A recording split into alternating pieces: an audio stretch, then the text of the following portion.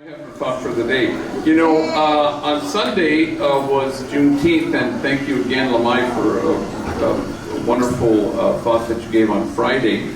But also, somebody mentioned to me, that Friday, on Sunday, of course, was Father's Day as well. So, I want to kind of give a shout out to the fathers here and their extraordinary courage. And thank you all for your very kind text messages that you sent me on Father's Day. They heartened to me. And, so sometimes, I wrote a long time ago that in every homie's heart there's a hole in the shape of their father. Sometimes it's a complicated relationship, to say the least. I remember once a homie was just sobbing, and I said to him, what do you most deeply want? And he said, I just want to be a good father, but I don't know how to be one. And certainly he didn't have a lot of guideposts. I buried his own father, who had died of a heroin overdose. Once a homie said to me, I'm grateful to my father because he taught me how not to be one. Another homie said to me, I've decided to grow up to be somebody I always needed as a child. So sometimes they're not all negative. A homie who was trying to give a sense and image of his notion of God, he said that every Sunday, while he was at juvenile hall, his father always visited him. And at the end, he'd get up and have big tears in his eyes, and he'd say, I'm never going to give up on you.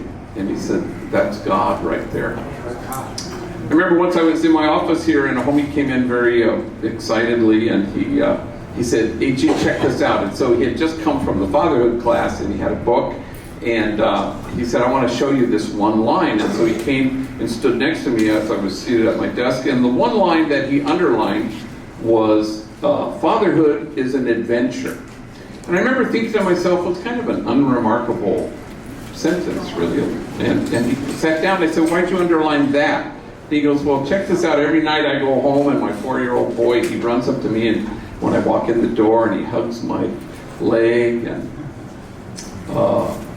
he always does the same thing. He steps back and he says, what time is it? And I always know to say the same thing. I go, I don't know. What time is it? And he stands there and he throws out his arms and he says, it's time for an adventure. And he always says adventure that same way, adventure. I said, well, did you teach him that word? He goes, I have no idea where you picked it up, maybe cartoons or something.